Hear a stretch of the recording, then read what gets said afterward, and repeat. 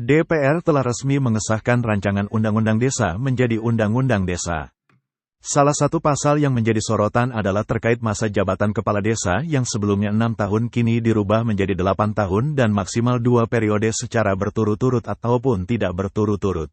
Keempat, ketentuan pasal 39 terkait masa jabatan kepala desa menjadi 8 tahun dan dapat dipilih paling banyak 2 kali masa jabatan. Apabila berturut-turut artinya, kepala desa akan menduduki jabatannya selama 16 tahun. Lantas dampak apakah yang akan dirasakan oleh kepala desa dan masyarakat desa dari lahirnya Undang-Undang Desa ini? Berikut ini tanggapan dari pakar otonomi daerah Profesor Johermansyah Johan dikutip dari Kompas TV. Ini bertentangan dengan spirit reformasi ya.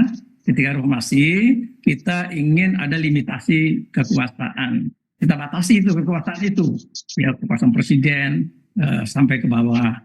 Nah, jadi itu sudah mencederai. Kalau dikasih 8 tahun, sementara kepala pemerintahan itu standarnya 5 tahun dan 2 periode. Nah, yang kedua adalah soal masa jabatan 8 tahun itu punya hitungan terkait dengan kemungkinan orang kalau berkuasa terlalu lama, dia itu akan cenderung mendominasi dan dia akan menjadi the strong man di tingkat desa. Nah, jadi kemungkinan penyelewengan, abuse of power di desa itu, kemudian juga check and balance menjadi lemah, jadi mengganggu demokrasi di desa. Karena ketika dia 8 tahun, tambah lagi 8 tahun, 16 tahun, itu semua badan musyawaratan desa, tokoh-tokoh desa, itu tidak akan ada yang berani menentang atau men-challenge dia. Nah, bisa akan disebut dengan nepotisme. Ya. Nah, kemudian juga dengan dana yang tadi naik itu meningkat, maka tanpa pengawasan yang dibangun dengan baik, ya saya nggak lihat pengaturan pengawasannya di situ. Nah, akan terjadi kemungkinan dengan dana desa yang lebih intensif daripada yang sekarang. Nah, jadi kemungkinan itu akan merebak perilaku koruptif di desa.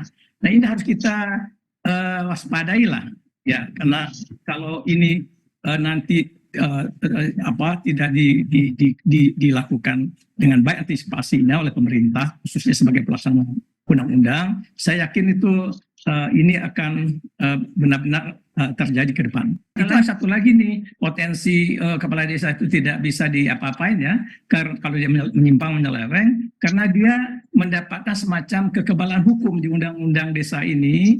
Jadi kalau ada misalnya program dalam konteks pelaksanaan program, kepala desa tidak dapat dikriminalisasi lah gitu ya.